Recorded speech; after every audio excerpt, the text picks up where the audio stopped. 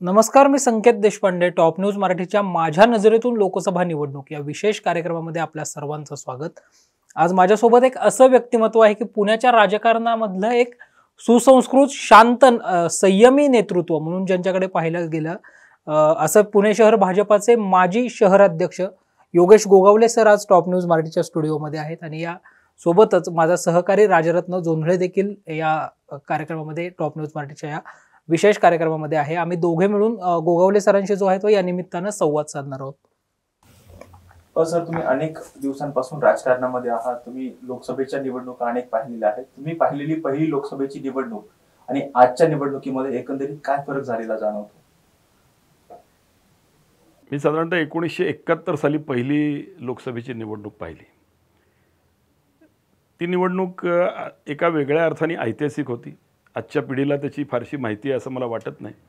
त्याचा उल्लेख मी एवढ्यासाठीच करीन की भारतीय जनसंघाच्या वतीनं रामभाऊ म्हाळगी हे त्यावेळेला उमेदवार होते.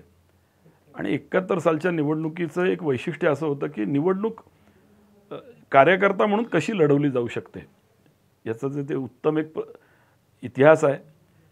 एक जिद्द म्हणून कार्यकर्ता किती लढू शकतो, कारण समोर काँग्रेसचे बलाढ्य मोहन धारिया उभे होते आणि मोहन धारिया विरुद्ध रामभाऊ म्हाळगी या सगळ्या राजकीय संघर्षामध्ये किंवा एका निवडणुकीच्या प्रक्रियेमध्ये आम्ही एक कार्यकर्ते म्हणून काम करत होतो.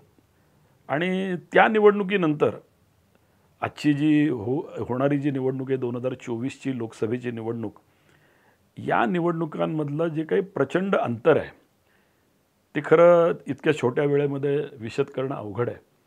परंतु एकच सांगतो की कार्यकर्ता, त्याची जिद्द, आपल्या उमेदवाराला निवडून आणण्यासाठी परिश्रम करण्याची एक क्षमता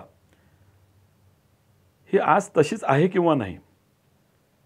आजचे बदल कदाचित बरोबरही असतील परिस्थितीनुसार, परंतु ते कार्यकर्त्याचे असलेलं मनोबल आणि आजच्या कार्यकर्त्याचं मनोबल हे खरोखरीच राजकीय पक्ष म्हणून, लोकशाहीमधला राजकीय पक्षांचं असलेलं स्थान म्हणून एका वेगळ्या अर्थाने प्रत्येकच राजकीय व्यासपीठावर त्याचं मंथन होणं गरजेचं आहे, एवढंच मी या निमित्त.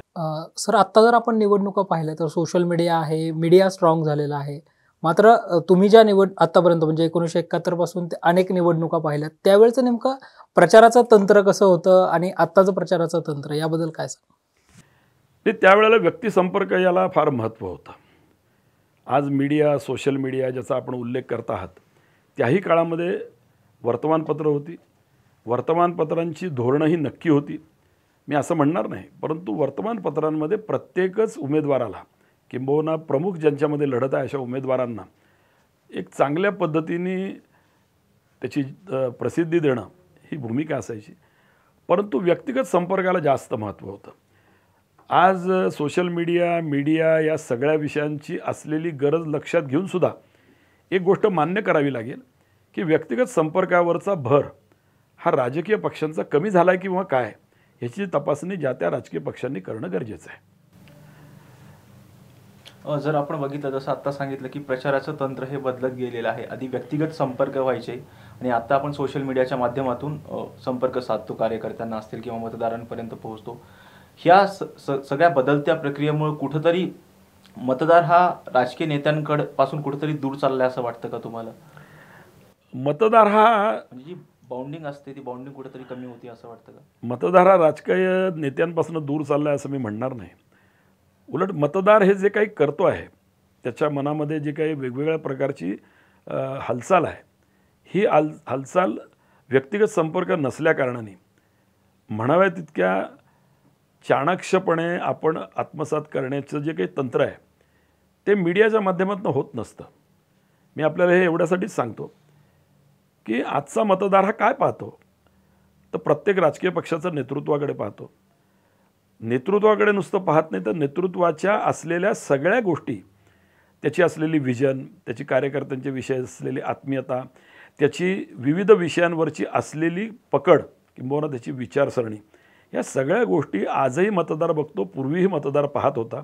आणि मतदारांनी एक नक्की ठरवलेलं असतं की या सगळ्या विषयामध्ये फक्त मीडिया किंवा फक्त सोशल मीडिया याच्या माध्यमातून आलेली गोष्ट ही ते कॅरी करत नाहीत, तर ती त्यांच्या मनाशी तपासून पाहतात आणि मगच त्याला एका वेगळ्या पद्धतीने आपण कुणाच्या पाठीशी उभं राहायचं हे त्यांनी ठरवलेलं असतं. सर, राजकारणामध्ये जर आता आपण पाहिलं म्हणजे पूर्वी निवडणुका लढल्या जायच्या, निवडणुकांमध्ये एकमेकांच्या विरोधामध्ये प्रचार वगैरे होत होते. मात्र निवडणुका संपल्या की सगळे पक्षभेद विसरून मैत्रीपूर्ण असं एक वातावरण जे आहे ते पाहायला मिळत होतं. अलीकडच्या काळात ते कुठेतरी थोडंसं कमी झाल्याचं पाहायला मिळतं.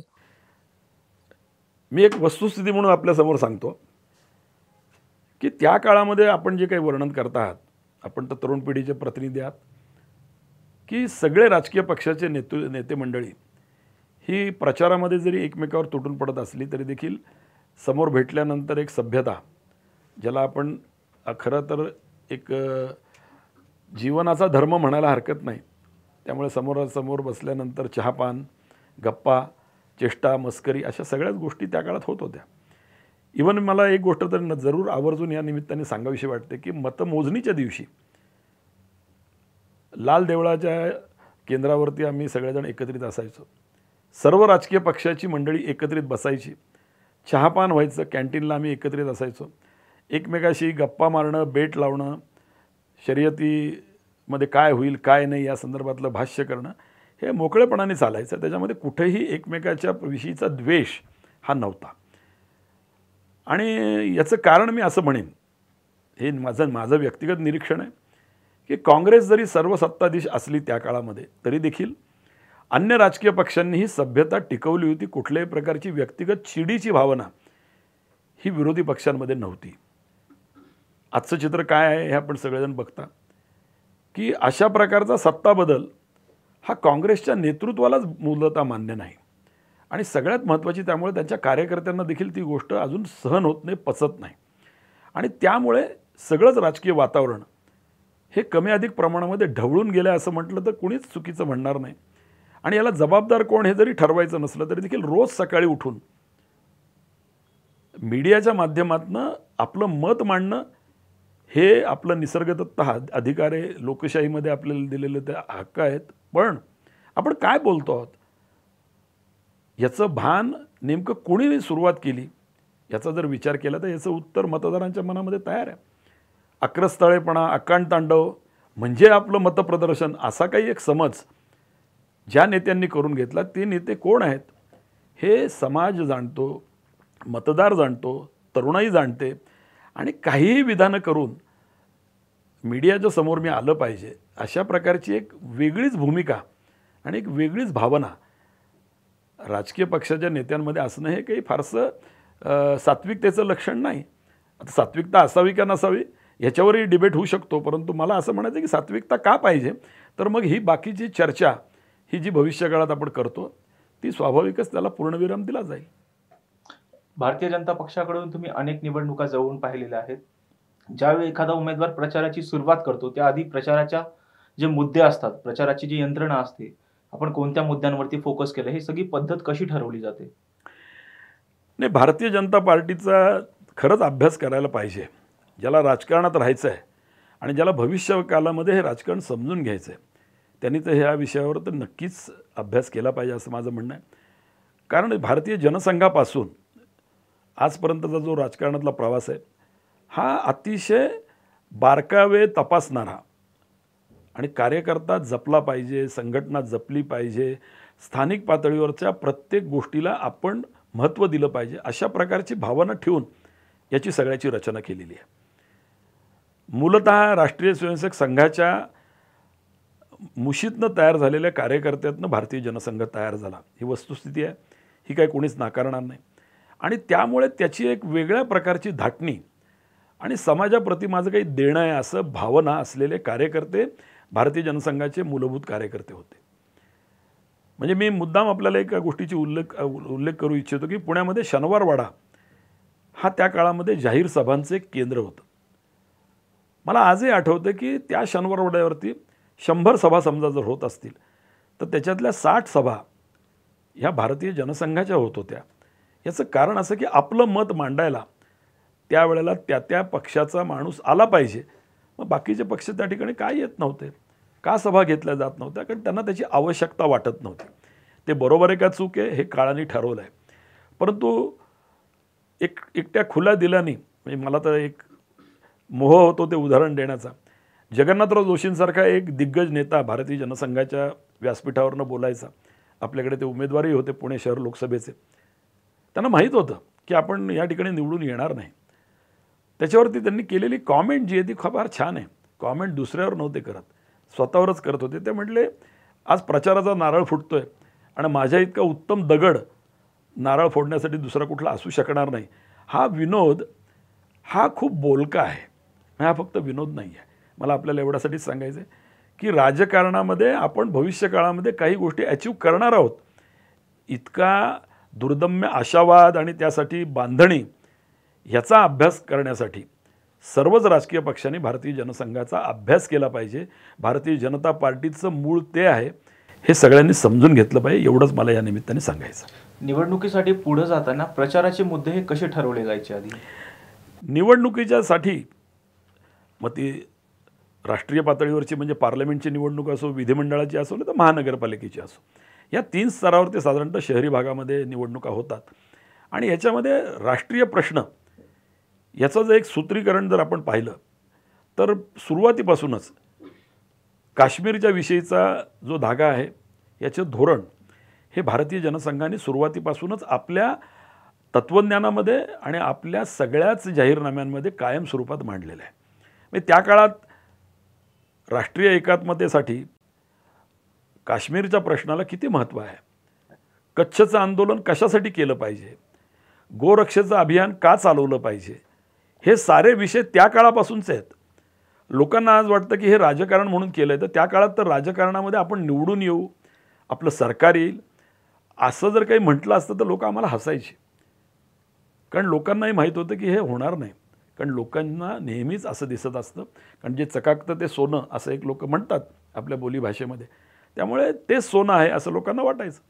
पण अशा प्रकारचा आशावाद आणि त्यासाठी संघटनेची बांधणी आणि एकच मुद्दा जो पहिल्यापासून आपण धरून ठेवलेला असतो तो सातत्यपूर्ण रीतीने पुढं भविष्यकाळात न्यायचा आहे. यासाठी त्या मुद्द्याची रचना करणं, त्याचा अभ्यास करून ते मांडणं ही सोपी गोष्ट नाही आहे. आज 370 कलम रद्द झालं, आपल्याला सगळ्यांना कळलं. परंतु हे कलम रद्द झालं पाहिजे यासाठी श्यामाप्रसाद मुखर्जींपासून आजपर्यंतच्या पंतप्रधानापर्यंत तो विषय धरून ठेवणं, कार्यकर्त्यांना मनामध्ये तो कायम जिवंत ठेवणं ही सोपी गोष्ट नाही आहे. गोरक्षेचा विषय जो आहे तर त्या काळामध्ये लाखोनी सह्या ह्या देशभरामध्ये गोळा केल्या गेल्या. राम जन्मभूमी संदर्भातला आग्रह हा आजचा नाही, तो त्या काळातही होता. राम जन्मभूमी म्हणजे बाबरी मशीद ही आपल्याला कुठल्याही परिस्थितीत असता कामा नये. रामाचं एक भव्य मंदिर झालं पाहिजे, आपली भूमिका आहे. आणि ही भूमिका आम्ही सातत्यपूर्ण मांडली. त्यावेळेला लोकांनी ती जातीय समजली. आज त्याला सगळ्याच भूमिकेला संपूर्ण देशात नाही तर जगातल्या जनतेने एका अर्थाने मानवंदना दिली. हा इतिहास तर आपण नाही, हे तर वर्तमान आहे. आपण सगळेजण पाहतो आहोत, अनुभवतो आहोत. लोकसभा निवडणुकीच्या निमित्तानं सुरू असणारी ही जी चर्चा आहे ही अशी सुरू राहणार आहे. तुर्तास वेळ झाली आहे एका छोट्याशा ब्रेकची.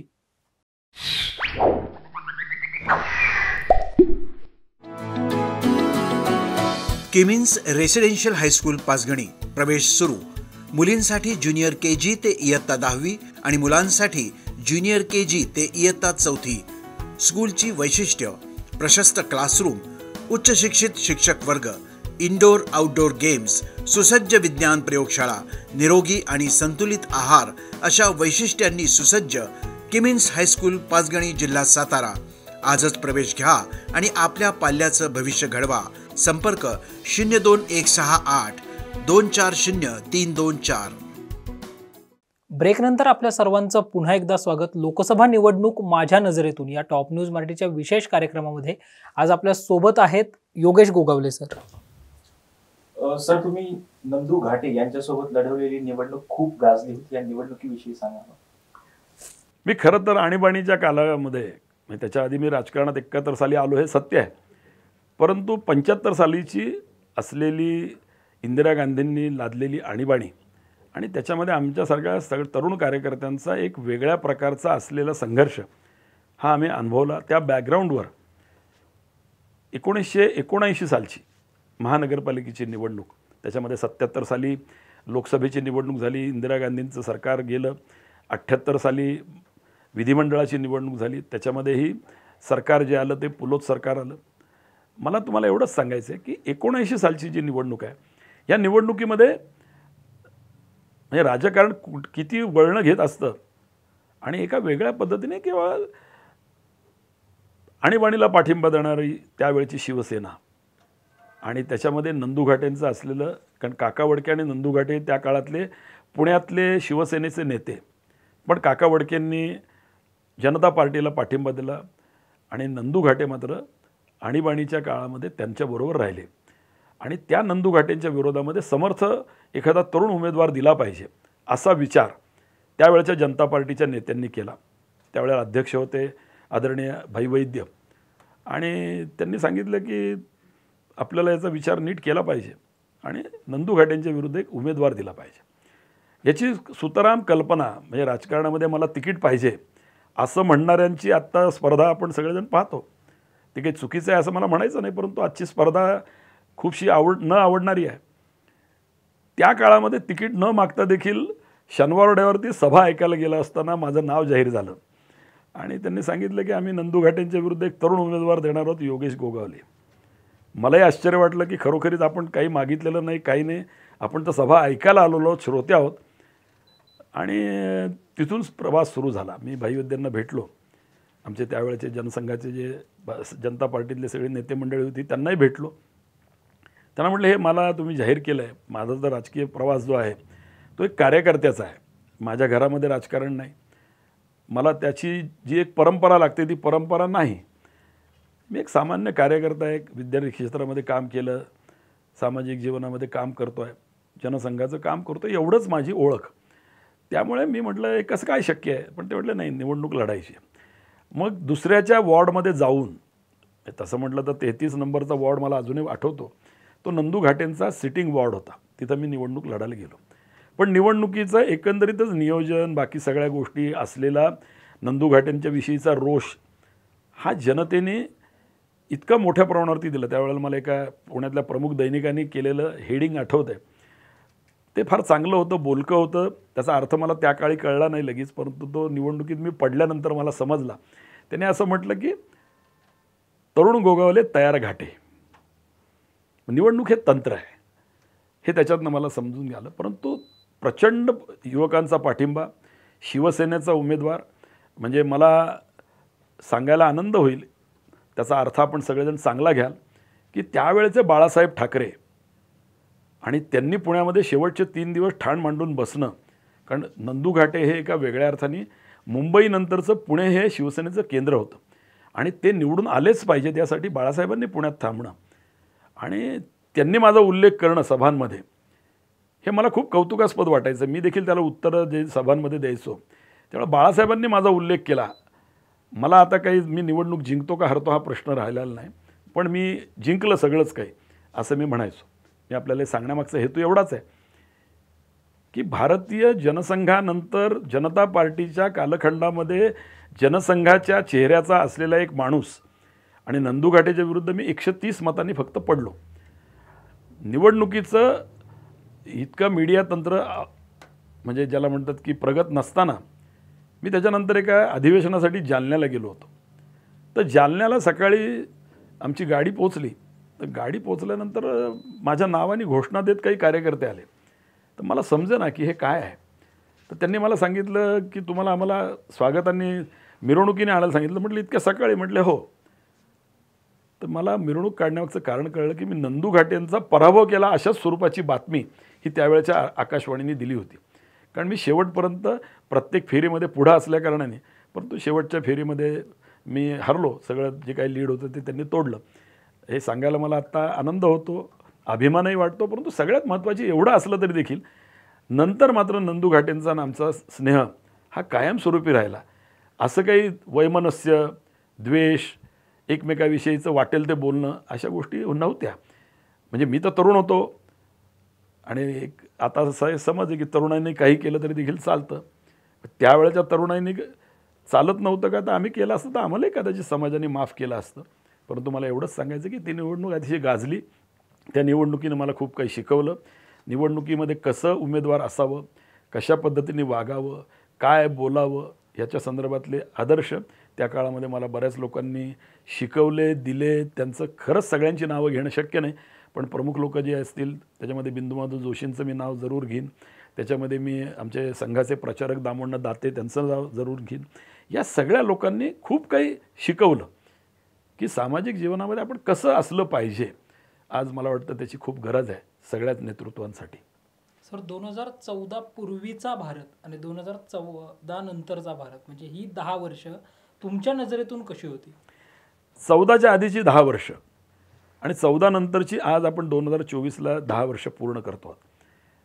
देशाचे प्रश्न जे आहेत हे प्रश्न कमी अधिक प्रमाणामध्ये तसेच का राहिले हो? 2014पर्यंतचे प्रश्न म्हणजे दळणवळणाचा प्रश्न म्हणजे रस्ते असतील, वाहतुकीची समस्या असेल, वेगवेगळ्या प्रकारच्या शहरांचं विकास असेल, इंडस्ट्रीज असतील, शिक्षण असेल, क्रीडा क्षेत्र असेल. तुम्ही म्हणाल ते म्हणजे आता मी एक उदाहरण मुद्दाम आपल्याला देतो की पुणे शहराला फार मोठी एक परंपरा आहे, इतिहास आहे. तो इतिहास फक्त शिवाजी महाराजांचा इतिहास म्हणून नाही, तर शिवाजी महाराजांचा इतिहास हा आमचा जरी अभिमान असला तरी पुण्यामध्ये DRDO 6 आहेत आणि ते आज नाही आहेत, गेली कित्येक वर्ष आहेत. पण 2014 पूर्वी 10 वर्ष DRDOचं असलेल्या कामाची गती आणि 2014 नंतर 2024च्या आपण आता बोलतो आहोत मार्चमध्ये असलेली गती, झालेली संशोधनं, माणसं तीच आहेत, माणसं बदललेली नाहीत, परंतु त्यांना कोणीतरी असं सांगितलं पाहिजे की हे काम आपल्याला या कालखंडामध्ये पूर्ण करायचं आहे. त्यांच्या क्षमता पूर्णतः देशासाठी, त्यांच्या विषयासाठी वापरल्या पाहिजेत. ही भूमिका केंद्रीय नेतृत्वाची असल्याकारणाने हे आपण आत्ता अनुभवतो आहोत. खेलो इंडियासारखा प्रयोग हा संपूर्ण देशाचा केला गेला. सुरेश कलमाडींनी जो पुण्यामध्ये क्रीडा क्षेत्रामध्ये केलेलं काम आहे कौतुकास्पद आहे, मी ते अमान्य करणार नाही, परंतु ते व्यक्तीला धरून काम आहे, ते काँग्रेस पक्षाचं काम आहे असं मी मानत नाही. पण खेलो इंडियासारखा जो प्रकल्प आहे तो मात्र देशाच्या राजकारणातला महत्त्वाचा प्रकल्प आहे. एकाएकी लोकांमधल्या काही सगळ्या क्षमता वाढल्या का? तर नाही, क्षमतांना योग्य ते प्रोत्साहन दिलं गेलं बा, म्हणून एवढी पारितोषिकं मिळाली, एवढी पदकं का मिळाली. शिक्षण क्षेत्रामध्ये काही मूलभूत कायम संशोधन झालं पाहिजे, ही भूमिका सरकारची आहे. त्यामुळे न्यू एज्युकेशन पॉलिसी याचा विचार केला जातो. प्रधानमंत्री ज्या आयुष्याच्या महत्त्वाच्या वळणावर विद्यार्थी उभा असतो त्यावेळेला त्याच्याशी संवाद करण्याची भूमिका ही याच्या आधी का कोणी केली नाही? कुठलं क्षेत्र आज राहिलं आहे? रस्त्यांची बांधणी आहे. पूर्वी PWD डिपार्टमेंट काय भाजपच्या काळात सुरू झालं का? बिलकुल नाही. परंतु PWDचा वापर महाराष्ट्रामध्ये आधीच्या सरकारांनी कसा केला आणि नितीन गडकरी आल्यानंतर कसा झाला याची तुलनात्मक तक्ते आपल्यासमोर आहेत. हे काही प्रचाराचा भाग नाही आहे, हे सगळ्यांना समजतं. मला सांगण्याचा उद्देश एकच आहे की पुण्यामध्ये IT फील्ड, हिंजवडीचं IT फेज नंबर 1, 2 आणि आता होत असलेली 3 किती मोठ्या प्रमाणात इंडस्ट्रीज आहेत. प्रमुख 212 इंडस्ट्रीज जर पुण्यामध्ये असतील तर आपण देशाच्या सगळ्या IT इंडस्ट्रीमधले प्रथम क्रमांकाचे म्हणायला हरकत नाही. एका दुसऱ्या नंबरने आपण बेंगलोरच्या पुढे मागे असू, परंतु या सगळ्या विषयातनं आपली ओळख आणि त्याच्यासाठी असलेलं काम आज डिफेन्स फील्डमध्ये पर्रीकरांनी केलेलं जे काही योगदान आहे ते आपल्याला मान्य करावं लागेल. त्याचं कारण असं की 2014च्या आधी संरक्षण खातं होतंच ना, मग संरक्षण खात्यामध्ये आलेली गती, सेनेच्या सामान्य जवानापासून त्याच्यामध्ये असलेल्या सर्व प्रकारच्या सुधारणा ह्या कशा केल्या गेल्या आणि का केल्या गेल्या? कारण ती गरज आहे. आधुनिक तंत्रज्ञानाचा वापर हा 2010 पूर्वी किती झाला, 2014 पूर्वी किती झाला आणि 2014 नंतर किती झाला, याचं बॅलन्स शीट हा खरा फरक आहे. मी तुम्हाला प्रत्येक क्षेत्राचं सांगू शकेन, परंतु ते आवश्यक आहे का? आरोग्य खातं खरंच विचार करा. कोविडसारखा एक मोठा आजार संपूर्ण जग ज्याच्यामुळे भयभीत झालं होतं की मानवजात राहील की नाही, इथपर्यंत आपण विचार करू लागलो होतो. कित्येक लोकांना या विचाराने मृत्यू आलेला आहे की आपलं काय होणार, आपण जगणार का मरणार. त्या काळामध्ये अशा प्रकारचं लस निर्मितीचं तंत्रज्ञान अवगत आपण केलं. तीच माणसं आहेत. ती माणसं काय भाजपच्या काळामध्ये जन्माला आलेली नाहीत, ती पूर्वीचीच माणसं आहेत. त्या माणसांना अशा प्रकारचं काही काम करता येऊ शकतं. त्यांना त्यांच्या क्षमतांच्या विषयीचं आवाहन आणि एका वेगळ्या अर्थाने पाठपुरावा करण्याची क्षमता, हे मोदी सरकारचं खऱ्या अर्थाने एक वेगळेपण आहे. आणि हे सगळ्या ठिकाणी आहे. आणि म्हणून आज जी पॉप्युलॅरिटी आहे, ही पॉप्युलॅरिटी जाहिरातीमधनं येत नाही, ही पॉप्युलॅरिटी कर्तबगारीतनं येते, कामातनं येते. हे मला सार्वत्रिकरित्या पटलेलं सत्य आहे. हे कुणाच्याही समर्थनासाठी मी वापरलेलं वाक्य नाही. मी नक्की भारतीय जनता पार्टीचा प्रतिनिधी आहे, पण मी हे सगळ्यांना आवाहन करू इच्छितो आपल्या या मीडियाच्या माध्यमातून की तुम्ही हे पाहिलं पाहिजे. भाजप का, मोदी का, तर समोर काय आहे आणि त्यांनी काय केलं हाही विषय कधीतरी आलाच पाहिजे. आणि त्यांच्या क्षमता नव्हत्या का, तर त्यांच्या क्षमता असतीलही, होत्या असं मी आदराने त्यांना म्हणेन, परंतु त्यांना हे करायचं नव्हतं. कारण प्रगतीसाठी नियत ही फार महत्त्वाची असते आणि ती नियत या सरकारकडे हे महत्त्वाचं, या सगळ्या सरकारचं ताकद किंवा सामर्थ्य स्थळ आहे असं मला वाटतं. सर, 1975मध्ये इंदिरा गांधींनी आणीबाणी लागू केल्याच्या नंतर जनता पक्षाने एकत्र येत निवडणुका लढवल्या, इंदिरा गांधींचा पराभव केला, परंतु त्यानंतर बदलत गेलेली जातीय समीकरणं याकडे तुम्ही कसं बघता? नाही, जातीयता ही हिंदू धर्मामध्ये फार पूर्वीपासून आहे, परंतु जातीयता आणि त्याचं सामाजिक कारण किंबहुना त्याच्या कारणमीमांसेचा विषय हा खरा एका स्वतंत्र चर्चेचा विषय होऊ शकेल. मला एकच म्हणायचं आहे की राजकारणामध्ये मी कुठल्या जातीचा आहे याचा उल्लेख 1947 नंतर आजपर्यंत केला गेला आहे. आणि जाणीवपूर्वक जे कोणी राज्य करते त्यांनी कधीतरी आत्मपरीक्षण करावं, कधीतरी त्यांचा अभ्यास कोणीतरी करावा असं माझं म्हणणं आहे की ह्या जातीयतेला आता आज मात्र आपण एका वेगळ्या वळणावर येऊन थांबलो आहोत. सरकार कुठल्याही विषयातनं काहून पण आपल्याला बाद करायचे, घालवायचे, बदनाम करायचे, या हेतूने जातीयतेचा वापर याच्या आधी खरंच कोणी केलेला नव्हता. हे मी ठामपणाने म्हणू इच्छितो. 2014च्या आधी अशा प्रकारची जातीय भूमिका, जाती व्यवस्था, जातीतली स्पर्धा, द्वेष या सगळ्या गोष्टी होत्या, पण त्याचं राजकारण आणि त्याच्यातनं काँग्रेसला हटवलं पाहिजे अशा प्रकारची भूमिका याच्या आधी नव्हती. अपवाद काय असतील तर मला माहीत नाही, मी जरूर ते अपवाद अभ्यासीन. मी तुम्हाला एवढंच म्हणेन की 2014 नंतर प्रत्येकच जातीला आपल्या सामर्थ्याची जाणीव त्यांच्या उत्कर्षासाठी, प्रगतीसाठी करून दिली गेली नाही, तर ती जाणीव अशाकरता करून दिली की आता तुम्ही भांडायला उभे राहा, कारण हे सरकार आपल्या विरोधातलं आहे. जसं एक काही कारण झालं की लोक म्हणतात की आंबेडकरांनी महामहिम आंबेडकरांनी केलेली घटना बदल करायचं आहे तुम्हाला. कुणी घटना बदल नाही. तुम्ही 2014च्या आधीची 10 वर्ष काढा, आंबेडकरांच्या संदर्भामध्ये असलेल्या किती गोष्टी तुम्ही दृश्य स्वरूपात तरी केल्यात. आणि 2014 नंतर फडणवीसजींचं सरकार असेल, केंद्रातलं सरकार असेल, त्यांनी केलेल्या प्रत्येक विषयामध्ये दीन दुबळा आणि विशेषतः शेड्यूल कास्टच्या लोकांसाठी काय काय गोष्टी केल्यात, कुठल्या योजना केल्यात, त्याची प्रत्यक्ष आकडेवारी काय, आकडेवारीतला फील्डवरचा रिपोर्ट काय, या सगळ्या गोष्टी आपण तपासल्या पाहिजेत. अन्यथा असा राजकीय पक्ष उभा राहत नाही ज्याच्यामध्ये SC, ST, आदिवासी, अतिपिछडा यांचे खासदार जास्त, यांचे आमदार जास्त. असे का होतात? जर दृष्टी साफ नसेल तर हे घडलंच नसतं. परंतु उगाचच धोपट मार्गाने प्रचाराच्या माध्यमातून कुणीतरी घटना बदल करणार आहे अशा प्रकारची अवई उठवून जर राजकारण करायचं असेल आणि जातीयतेचं विष कालवण्याचा जर कुणी प्रयत्न करत असेल तर तो कुणीही केला तरी देखील तो निंदनीय आहे. त्याचा कुणीही स्वीकार करू नये, कारण त्याच्यामध्ये आपलं सगळ्यांचं अहित आहे. एवढंच या निमित्ताने मी सांगेन. निवडणूक लढवताना जात फॅक्टर हा महत्त्वाचाच असतो. त्या दृष्टिकोनातून काय तयारी केली जाते उमेदवारांकडून? नाही, आता एक गोष्ट सगळ्यांनीच मान्य केली पाहिजे की जातीची समीकरणं सगळेच जण बघणार. त्याचं कारण असं की माझा कोण तर माझ्या घरातला, माझा कोण तर माझ्या नात्यातला, माझा कोण तर माझ्या शहरातला, माझ्या गावातला. ही स्वाभाविक आपुलकीची भावना ही मानवी स्वभावाचं एक लक्षण आहे. त्यामुळे त्याच्यात काही वेगळं काहीतरी आहे असं मी मानत नाही. त्यामुळे त्याचा विचार विषय हा केला जातो आणि म्हणून मग जातीची वेगवेगळ्या कारणास्तव असलेली जी काही संघटनेची एक क्षमता आहे त्या क्षमतेनुसार मागण्या केल्या जातात आणि त्या मागण्यांना आदर करणं हे सर्वच राजकीय पक्ष करतात. ह्याच्याविषयी मी असं कधीच म्हणणार नाही की अ करतात आणि ब करत नाहीत. सगळेच जण करतात आणि ते केलं गेलं तरी देखील त्याच्यामध्ये ज्याला म्हणतात की अतिशय शुद्ध भावना असावी, स्पर्धा असणं वेगळं आणि द्वेष असणं वेगळं. एवढंच मी आपल्याला सांगेन. त्यामुळे जातीय समीकरणांच्या आधाराने अशा प्रकारची रचना होणं हे स्वाभाविक आहे. लोकभावना आहे ती. त्या लोकभावनेचा आधार प्रत्येकच राजकारणातल्या, समाजकारणातल्या, सार्वजनिक आयुष्यातल्या माणसाला करावा लागतो. त्या पद्धतीने त्यांनी तो करावा, पण त्याच्या मर्यादा ह्या सगळ्यांनी सांभाळाव्यात असं मला वाटतं. उमेदवार निवडताना सुद्धा राजकीय पक्षाकडून उमेदवारांच्या जातीचा, म्हणजे हा उमेदवार कोणत्या जातीचा आहे त्याचं पण समीकरण बघितलं जातं.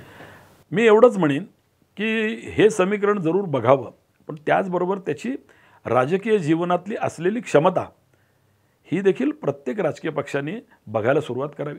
अगदी ज्या ठिकाणी शक्य नाही आहे त्या ठिकाणी अपवाद म्हणून असू शकेल, परंतु सरसकट असा नियम जर झाला तर मग भविष्यकाळामध्ये आदर्श लोकप्रतिनिधीचा विषय हा चर्चेला घेताना आपण खूप अडचणीत येऊ.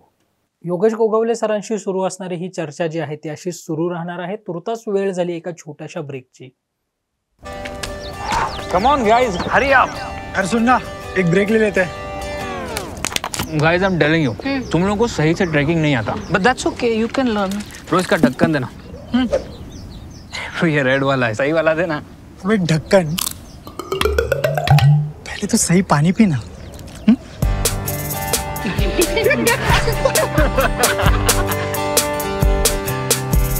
Manikchand Oxyrich, proudly Indian. माझ्या नजरेतून लोकसभा निवडणूक या टॉप न्यूज मराठीच्या विशेष कार्यक्रमामध्ये आज आपल्या सोबत आहेत ज्येष्ठ नेते योगेश गोगावले सर. सर, आधी निवडणुका जाहीर झाल्याच्या नंतर बूथ रचना ही सुद्धा महत्वाची होती. ती बूथ रचना आधी कशी केल्या जायची आणि आताची बूथ रचनेमध्ये काय फरक आहे? राजकीय जीवनामध्ये लोकांचा असा एक समज आहे की भारतीय जनता पार्टी बूथ रचना करते, तर ज्याला पॉलिटिकल सायन्स नावाचा विषय माहिती आहे आणि ज्याला सगळ्यात महत्त्वाची गोष्ट म्हणजे याचा मूळ जर आपण पाहिला तर आपली मतदार यादी जी आहे ती ज्या प्रकारे तयार होते त्या प्रकारातला हा सगळ्यात मूलभूत घटक आहे. त्याला आपण बूथ म्हणतो. साधारणतः 1000 मतदारांचा, तो कधी 750-800 असतो, कधी 1100 असू शकतो, पण ॲप्रॉक्सिमेटली 1000 मतदारांचा एक समूह म्हणजे एक बूथ असतो. आणि या बूथवर आधारित, कारण त्याचं एक मतदान केंद्र असतं वेगळं, आणि मतदान केंद्रावर 4 खोल्यांमध्ये प्रत्येक खोलीमध्ये एक बूथ किंवा कदाचित जर मोठी खोली असेल तर 2 बूथ अशा प्रकारची रचना केली जाते. आणि ही तसं म्हटलं तर निवडणूक आयोगाने तयार केलेली रचना आहे. त्याच्यावरती काम कोणी केलं तर भारतीय जनसंघाने केलं, भारतीय जनता पार्टीने केलं. मी याचं मूळ शोधत नाही आहे, परंतु याचा एक इतिहास आपल्याला सांगतो की पुणे शहराचे प्रतिनिधी होऊ शकले नाहीत, पण पुणे शहरातले भारतीय जनसंघाचे लीडर माननीय रामभाऊ म्हाळगी यांनी या सगळ्या विषयाचा मूलभूत आग्रह आमच्याकडे धरलेला होता की आपण या हजारी यादी त्याला आम्ही म्हणायचो, त्यावेळेला त्याला बूथ म्हणत नव्हतो, या हजारी यादीवर एक हजारी प्रमुख आणि तो त्या हजारी यादीमध्ये फिरणार. मग ते यादी आणणं, ते हजारी याद्यानुसार फोडणं, ती फोडल्यानंतर प्रत्येक मतदाराला जाऊन संपर्क करणं, असं हजारी प्रमुखाचं काम असायचं. तेच आता आपण बूथ रचनेवर करतो. आणि या सगळ्या गोष्टीला एक विशिष्ट प्रकारची गती किंवा याला ज्याला म्हणतात की ठोसपणा, काटेकोरपणा जर कोणी आणला असेल तर तो माननीय अमितभाई शहांनी. म्हणजे 2014च्या निवडणुकीमध्ये या सगळ्या विषयाचं एक महत्त्व, नुसतं सांगणं वेगळं आणि प्रत्यक्ष करवून घेणं वेगळं, ते करवून घेण्याचं महान काम हे त्या काळामध्ये केलं. मी या निमित्ताने एक संयुक्तिक आहे असं समजून मी तुम्हाला सांगतो की राजकीय जीवनामध्ये सभासद नोंदणी म्हणजे आपल्या पक्षाच्या कार्यकर्त्यांना त्याच्यातली वाढ करण्यासाठी आपण सभासद नोंदणी पूर्वी करायचो. भारतीय जनता पार्टीचा असा हा नेता आहे माननीय अमितभाई शहा यांनी सांगितलं की तुम्ही किती लोकांपर्यंत जाता तर त्याला मर्यादा आहेत. आणि तेच पावती पुस्तक घ्यायचं, लोकांकडे जायचं, 5 रुपये द्या, आमच्या सभेचे सभासद व्हा, असं म्हणण्याच्या ऐवजी आपण आवाहन करू. आणि म्हणून मिसकॉल मेंबरशिपचा एक प्रयोग जो सुरुवातीला आमच्याही सहकाऱ्यांना फारसा रुचला होता असं म्हणणं धाडसाचं होईल, परंतु तो इतका सक्सेसफुल झाला की भारतीय जनता पार्टीचे 11 कोटींना आता 18 कोटी एवढे सदस्य स्वतःहून होतात. म्हणजे जनतेला मोदींच्या किंबहुना भारतीय जनता पक्षाच्या नेतृत्वाचा आणि भारतीय जनता पक्षाचा आपण सदस्य असावं असं वाटतं. हे 18 कोटी लोक आपल्याला माहिती आहेत का हो? ते लोक आपल्याला माहिती नाहीत. त्याचं कारण काय तर त्यांनी स्वतःहून ते स्वीकारलं आहे. एका वेगळ्या अर्थाने लोकशाहीमधला जनतेचा सहभाग याच्यावर भाषण करणाऱ्यांची खूप संख्या आहे, परंतु अशा प्रकारचा सहभाग आणणारी एकमेव रचना ही भारतीय जनता पक्षाच्याकडेच आहे असं म्हटलं तर ते योग्यच ठरेल एवढंच मी आपल्याला सांगेन. सर, 1971 नंतर 75 पासून ते आजपर्यंतच्या अनेक निवडणुका तुम्ही डोळ्यासमोरून पाहिल्यात. या प्रचाराच्या दरम्यानची किंवा निवडणुकांच्या दरम्यानची कायमस्वरूपी लक्षात राहिली आहे अशी कोणती आठवण आहे? नाही, आठवणी एकच नाही आहे, असंख्य आठवणी आहेत. मी आपल्याला एवढंच सांगेन की राजकीय जीवनामध्ये राजकीय पक्ष आणि त्याचे नेते याच्यावर मी हे भाष्य करत नाही, पण आणि याच्यावर मी तपशीलही सांगणार नाही. परंतु आजपर्यंत सत्तारूढ असलेला काँग्रेस पक्ष, त्याच्यानंतर त्या काळातला समाजवादी पक्ष, त्या काळातला प्रजा समाजवादी पक्ष आणि जनसंघ, या सगळ्या पक्षांचा विचार करता आपल्या पक्षाचा नेतृत्वाने केलेला निर्णय, संघटनेने केलेला निर्णय आणि तो जसा जसा पाळणारा एकमेव पक्ष जर कोणी असेल तर तो भारतीय जनसंघ होता. काँग्रेसमधला उमेदवार, परंतु मला मान्य नाही म्हणून विरोधकांना मदत करणारी काँग्रेसची बडी धेंड, मी धेंडा हा शब्द मुद्दाम वापरतोय, चुकलेला वगैरे नाही, बडी धेंड मी पाहिलीत, अनुभवलीत.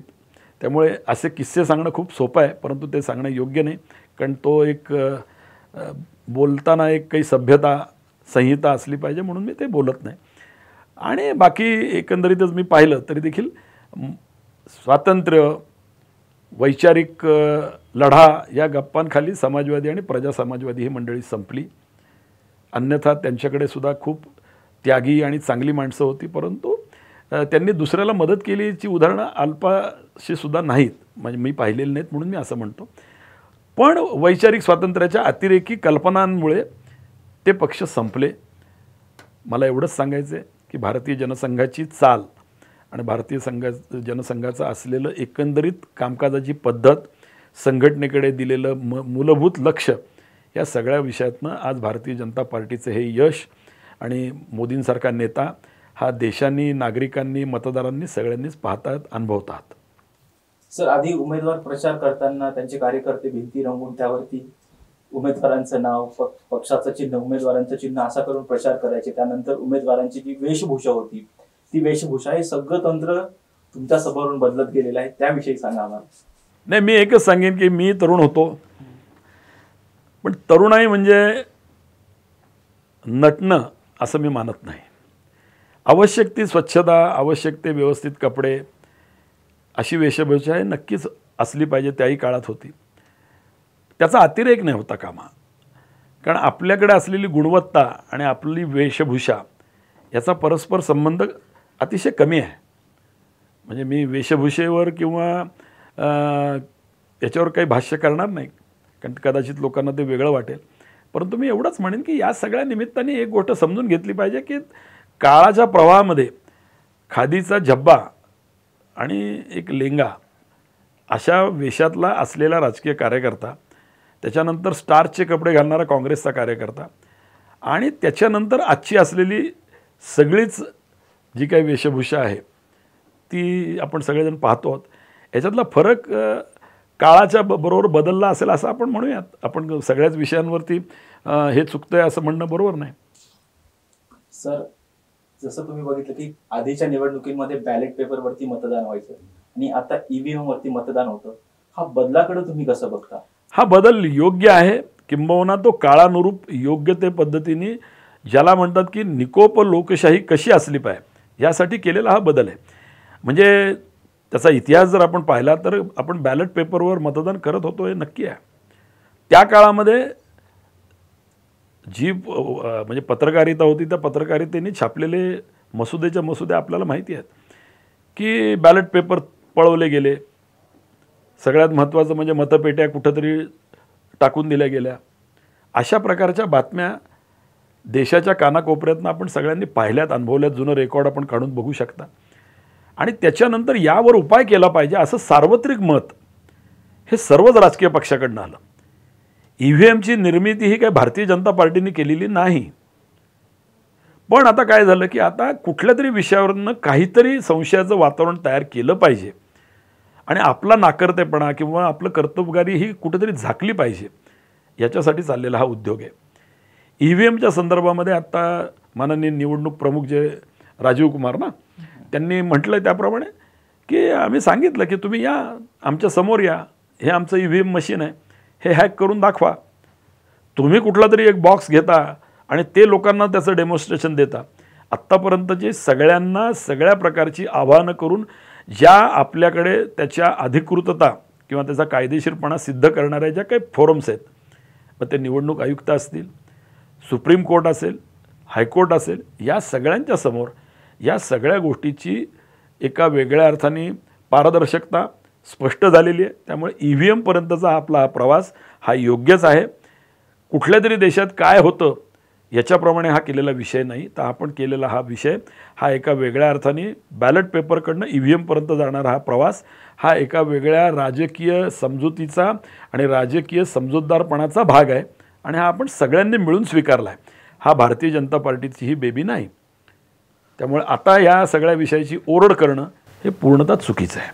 सर, राजकारणात तत्व हे फार महत्त्वाचं समजलं जातं, परंतु सध्याची जी राजकीय परिस्थिती बदलत गेली आहे यामध्ये तत्वाला कुठं स्थान आहे असं वाटतं का तुम्हाला? तत्वाला स्थान नक्की आहे, परंतु कोण बोलतं याला फार महत्त्व आहे. मग आम्ही काय म्हणतो की 370 कलम रद्द करू असं आम्ही म्हटलं होतं. आम्ही इतकी वर्ष म्हटलं आणि आम्ही ते रद्द केलं. त्यावेळेला आम्ही म्हणत होतो की आम्हाला तेवढी मेजॉरिटी मिळाली की आम्ही ते नक्की करू. आम्हाला मेजॉरिटी मिळाली, आम्ही ते केलं. आम्ही रामाचं मंदिर बांधू, तर आम्ही ते रामाचं मंदिर बांधलं. आज जे कोणी म्हणतायत विरोधी पक्ष आणि त्यांचं अतिशय बालिश नेतृत्व जे बोलत आहे की विचारांची लढाई आहे, काय असं हे वाक्य म्हटल्यानंतर विचार काही मांडायला काय आहे का पुढं? काय विचार आहे? कसला विचार आहे तो एकदा सांगा तरी. सलग एक 3-5 मिनटं 5-10 मिनटं तरी आपला विचार, आपल्या पक्षाचं धोरण हे मांडायची क्षमता कदाचित असेल, परंतु ते का मांडलं जात नाही? कारण आपल्याकडे धोरण आहे, अशा प्रकारचा समज व्हावा, अशा प्रकारचीच विधानं प्रमुख पक्षाचे प्रमुख नेते करतायत. मग त्याला स्थानिक पक्षही आहेत, महाराष्ट्रात आहे, आपण ते अनुभवतो आहोत, केंद्रात तर अनुभवतोच आहोत. परवाची मुंबईची सभा ही खूप बोलकी आहे. काय बोलतो आपण आणि त्या बोलण्याला काही संदर्भ आहे का? काहीही बोलायचं आणि त्याला जर आपण विचार म्हणणार असू तर तत्व आणि तुम्ही जे म्हणतात की तत्वांची लढाई, तर तत्वांची लढाई नक्की असायला पाहिजे. परंतु आपलं तत्व काय? आपण असं कधी म्हटलं का ह्या विकासाच्या 100 गोष्टी ज्या आम्ही सांगतो आहोत, ह्या गोष्टी संदर्भातलं विधान कुठल्याही राजकीय पक्षाच्या अन्य विरोधी पक्षाच्या अध्यक्षांनी, नेत्यांनी, प्रवक्त्यांनी केल्याचं आम्हाला सांगा. मग असं म्हणायचं का सर, पक्षाची तत्व योग्यच ठिकाणी आहेत, फक्त जे नेते आहेत त्यांनी स्वतःची तत्व बदललेली आहेत? ती तत्व नाही आहेत. ज्या नेत्यांनी ह्या सगळ्या गोष्टी मांडायला सुरुवात केली त्यांनी तत्व मांडतच नाही आहेत. ते तत्व मांडत असते तर हा विषय आलाच नसता. म्हणजे मला कुठल्याच पक्षाचं नाव घ्यायचं नाही, परंतु तुम्हाला महाराष्ट्रातले प्रमुख पक्ष माहिती आहेत कुठले आहेत ते. ज्या पक्षांनी धोरणं ज्याला म्हणतात की वाटेल ती धोरणं आपली आखली जात आहेत, त्याला काही संयुक्तपणा आहे का? आपण कुणाबरोबर होतो, कधी होतो, काय बदललो, काय झालं? मला खोलीमध्ये आश्वासन दिलं ते पाळलं नाही, मला खोलीमध्ये दिलेलं आश्वासन पाळलं नाही, हे तुमच्यावर का विश्वास ठेवावा? असं आश्वासन दिलं नाही यांच्यावर का नाही विश्वास ठेवावा? आणि त्यासाठी मी टोकाची भूमिका कुठलीही घेईन की जी माझ्या मूळ विचाराला आणि ज्यांच्या जीवावर मी उभा आहे त्यांच्या प्रतिमेला तडा जाणारं काम हे जर मी करत असेल तर कुठलं तत्व आहे आणि कसल्या तात्विक गप्पा मारता? हे सगळं खोटं आहे, हे समाज कळतं. हे उलट मी म्हणेन की आपल्यासारख्या चॅनलनी ह्या विषयावरती लोकांपर्यंत एक वेगळ्या प्रकारची जनजागरणाची मोहीम केली पाहिजे. चांगल्या लोकशाहीसाठी, चांगल्या राजकीय पक्षांसाठी. चांगला राजकीय पक्ष ही समाजाची गरज आहे. फक्त सत्तारूढ पक्षच असला पाहिजे असं आमचं मत नाही. विरोधी पक्ष असला पाहिजे असं आदरणीय मोदीजींचं नेहमीच म्हणणं आहे. परंतु विरोधी पक्ष म्हणजे आकांड तांडव, अकरास्थळेपणा म्हणजे विरोधी पक्ष असं नाही होऊ शकत. एवढंच मी आपल्याला या निमित्ताने सांगतो. खूप खूप धन्यवाद सर की तुम्ही दीर्घकाळ या सगळ्या विषयावर टॉप न्यूज मराठीशी बोललात. तुमचेही काही अनुभव जे आहेत ते तुम्ही या निमित्तानं सांगितलेत. अशाच ताज्या आणि महत्त्वपूर्ण बातम्यांसाठी, अशाच खास मुलाखतींसाठी पाहत रहा टॉप न्यूज मराठी. आपला महाराष्ट्र आपली बातमी. आणि हो, आता top news Marathi channel Jio टीव्हीच्या OTT प्लॅटफॉर्मवर, तेही 24 तास.